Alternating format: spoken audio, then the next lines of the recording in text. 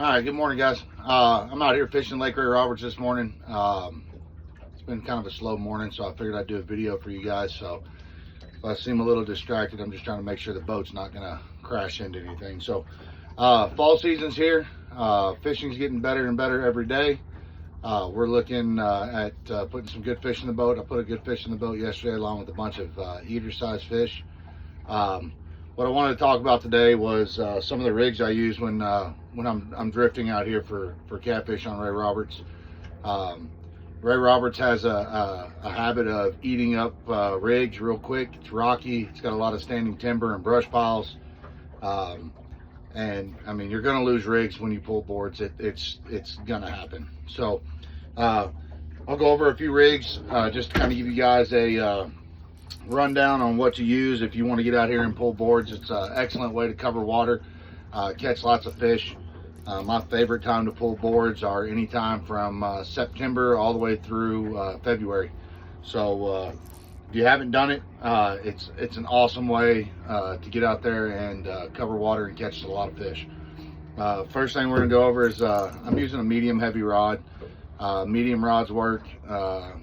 Heavy action rods work, medium heavies work. It's just up to you and what preference you like. I run the Rippin' Lips. They're a great rod, super lightweight, handle fish all the way from lake fishing all the way into the Mississippi River. I run a couple of different kind of hooks. Both of them I run are either 8/0 or 10/0, depending on the size baits I'm running. Whisker Seeker Triple Threat makes a great hook, and so does Dragon Master. I run that Dragon Master stump jumper a lot, and it has done really good for me as far as snagging up less and holding on to fish when we hook up with them. So 30-pound Whisker Seeker mono, thinnest diameter monofilament you can get in the 30-pound range. You don't have to have the 40, 50, 60-pound monofilament to catch fish, man. I can catch fish up to 100 pounds on 30-pound mono. Make sure your drag's set right. And make sure you got a rod that's got enough power to tire that fish out before you get him up next to the boat, and you'll be just fine. So I run some of my rigs. I'll run a spook. It don't matter if it's Demon Dragon. It don't matter if it's Amazon special. I get these on Amazon for a 12-pack for like 17 bucks. You're gonna lose them, but how much you spend on it is how much you want to spend on it. It's really up to you. Run a short leader. Especially on Roberts, a short tag in connected to my hook. It keeps the hook from snagging up as easily. When you're dragging through brush and rocks and really nasty stuff, try running that float close to your hook and see if it doesn't help you with fewer snag ups, and it can save you some money that way. You're still going to catch fish. Some of those peg floats, styrofoam peg floats, they'll get crushed and you'll have to change them out. It's no big deal. Just try it. I vary my leader length. I run Dragon Master Black Armor leader. It's a 80-pound test. It's a great shock absorber. It's coated. It will drag through stuff and get nicks and chips in it, but it's not damaging the monofilament that's inside of it. It's awesome stuff. Probably the best I've found out there as far as leader line goes for what I do out here on a daily basis. I crimp everything. It's just kind of my way of hooking everything together. 80-pound line is hard to tie in knots and get a good knot cinch down. So I went to crimping a couple of years ago. I've had zero issues. I run the High Seas crimps. You get them on Amazon.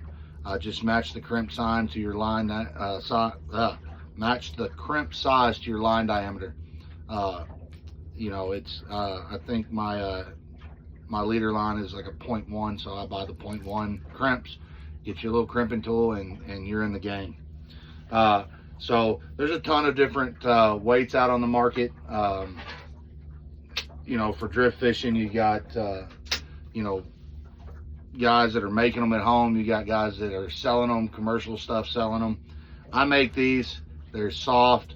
They're able to snake through brush. They do pretty good. If I'm fishing, just rocky areas or big mud flats, I usually go to these because I can cast the crap out of them and I can get them out away from the boat faster. I run it on just a 3-way swivel that will allow this weight to drag along the bottom and float my line. My leaders can be anywhere between 12 inches all the way up to 48 inches, depending on where I'm seeing fish. Are they suspended? Are they hugging the bottom? Sorry, I just thought I had a bite. Just don't be scared to play around with it and try different leader lengths. It can make all the difference in the world as far as how many fish you're going to catch that day. So pay attention when you're catching fish and you're trying different leader lengths, which ones are getting bit the most that day, and the fish will tell you what they want. So the next rig that I really like that I run for drifting is Dragon Master's inline floats. Some of y'all have heard me talk about this several times. Their inline weights and floats are amazing. They don't cast well, so you got to be patient with them. They're long. This is the weight here. My main line would connect up here. If I'm dragging timber or some pretty nasty stuff, I am running this Dragon Master rig. It will pull through some of the gnarliest stuff that you could get into, and you're still going to lose some here and there, but I can honestly tell you that it has probably cut down my snags by over 50%. And for me, being out here as much as I am with clients, the more time we get to spend fishing, the more fish we get to catch. And it saves me money because I'm not having to turn around and retie rigs all the time. This stuff is all Dragon Master here. It's the Dragon Master leader line. Stump jumper hook. It's got a weed guard. No, it does not get in the way of hooking fish. I've caught a lot of fish on these hooks. The Bite Me float. So it's a foam float, but it's soft. So those fish can crunch down on it. It's not going to affect the way they hook up. It does an awesome job at floating. I've floated some really big baits. These are the XLs. I do have some of their regular floats. You can float a 10-inch, 12-inch skipjack or gizzard shad hole on these. It'll float it. So it does a really good job. Again, you can see that I don't run it very far from the hook. I want to keep that stuff up so I'm not snagging. If it's really, really nasty, Dragon Masters came out with a, here's the regular float there, a little smaller. Dragon Masters came out with a brush guard. And if I'm really into some timber, I mean, I'm not scared of dragging anything around this lake. I will drag right through the middle of an underwater forest if that's where the fish are. But this brush guard does a good job at catching the branches and keeping it off your hook and your weight. And it just leads to less snag ups. Right now I'm running Parks planer boards. Those planer boards are essential to dragging baits out here on the lakes. It's going to give you a bigger spread. You're going to cover more water. It's going to put your bait in front of more fish. And certain times of the year, these fish can be really scattered. And so you're going to want to make sure that you can cover as much water as you can on every pass through an area. It's going to put more fish in the boat. If you've never used planer boards, if you have any questions about the planer boards, give me a call, shoot me a text, send me a message on Facebook. I'm always happy to help. Hooked Up Tackle in Valley View carries Parks planer boards.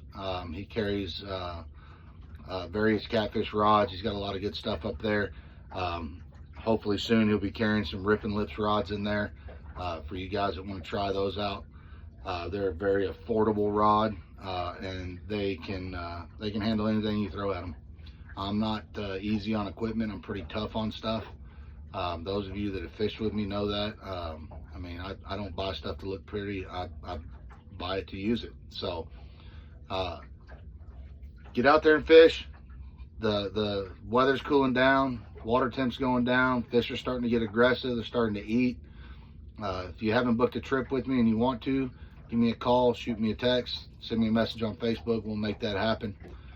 Good luck, everybody, in tight lines.